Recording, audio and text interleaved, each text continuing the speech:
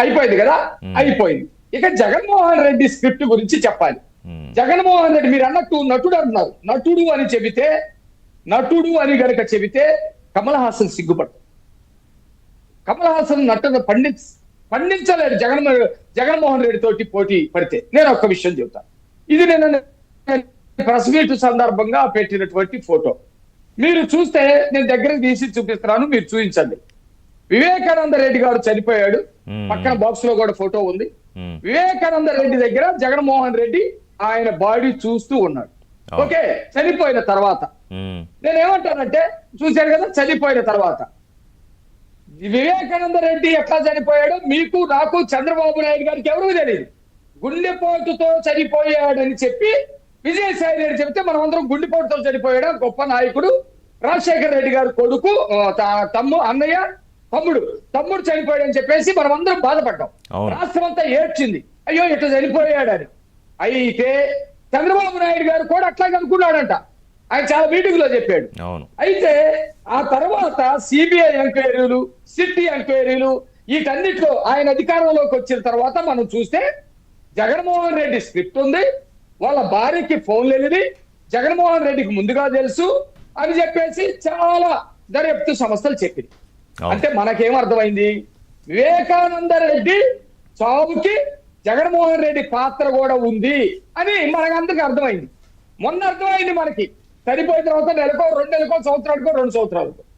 ఈయన పరామర్శించేటప్పుడు కూడా జగన్మోహన్ రెడ్డికి తెలుసు కదా. కరెక్ట్. వివేకానంద రెడ్డిని గొడ్డలతోటి నరికి, కత్తితో పొడిచి, కబోర్డుకి గుద్ది, రక్తపు మరకలు రక్తంతో బాత్రూమ్ లోకి లాక్కెళ్ళి, ఈయన ఆ మాటలు కాదండి, ఈయన ఆయన చెప్పిన మాటలు. ఈయన చూసి పక్కకు వచ్చి ప్రెస్ మీట్ పెట్టి చెప్పినటువంటి మాటలు. ఎంత తెలిసి ఇవన్నీ పక్కన వాళ్ళు చేశారని చెప్పాడు. కానీ ఎవరు చేస్తారో ఈయనకి తెలుసు. అవినాష్ రెడ్డి తోటి, దస్తగిరి, ఎక్స్, వై, జడ్ వీళ్ళందరితోటి. అదే ఇప్పుడు అప్పుడు కత్తి తీసుకెళ్లి చంద్రబాబు నాయుడు గారి చేతిలో పెట్టారు.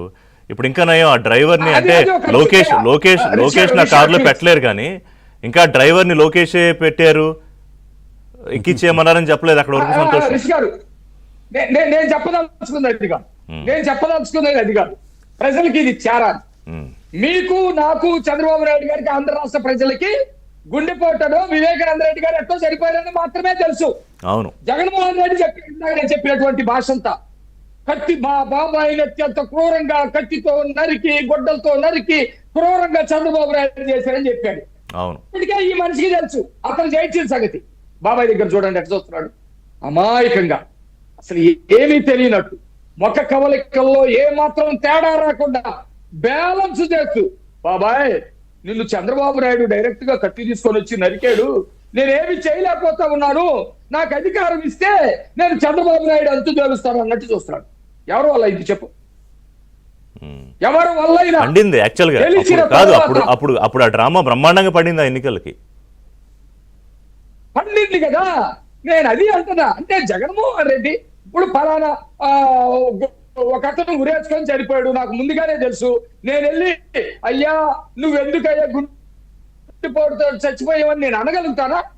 నా నోట్లోంచి ఆ మాట రాగలిగిద్దా? ఆ ముఖం అట్లా చూపించగలుగుతావా?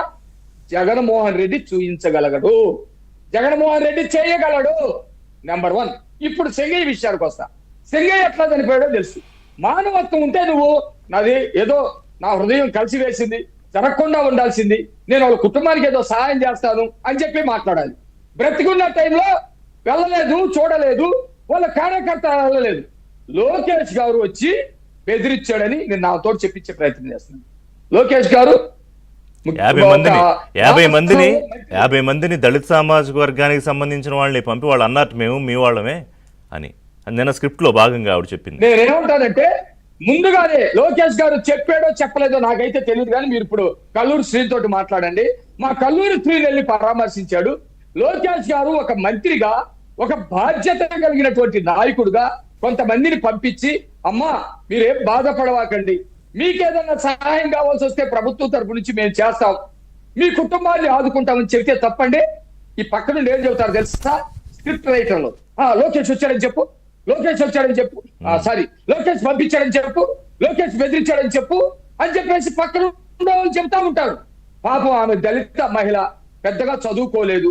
వీళ్ళ స్క్రిప్ట్ ని చదవటానికి ఇది అయిపోతుంది. అంటే మరి వీళ్ళంతా ట్రైన్డ్ కాదు కదా ఆవిడ. కాదు కదా. అదే స్క్రిప్ట్ ని ఆ రోజు వివేకానంద రెడ్డి మరణం అప్పుడు విజయసాయి రెడ్డి చదివాడు. ఏమి లేదు, మాకు ఇప్పుడే అందిన వార్త, మా వాడు గుండె ఆగిపోయి చచ్చిపోయాడు, ప్రజలు ఎవరు కూడా ఆందోళన చెందొద్దు అని ఆ స్క్రిప్ట్ ని ఆ రోజు విజయసాయి రెడ్డి చదివాడు. తర్వాత ఒప్పుకున్నాడు అనుకో, మొన్న నాకు చెప్పింది నేను చేశానని. ఇలాంటి స్క్రిప్టులు రాయటం జగన్మోహన్ రెడ్డికి వెన్నతో పెట్టినటువంటి విద్య.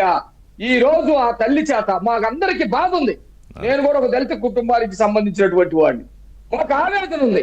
ఆమె చెప్పింది నా భర్తని పట్టించుకోకుండా వెళ్ళిపోయారని.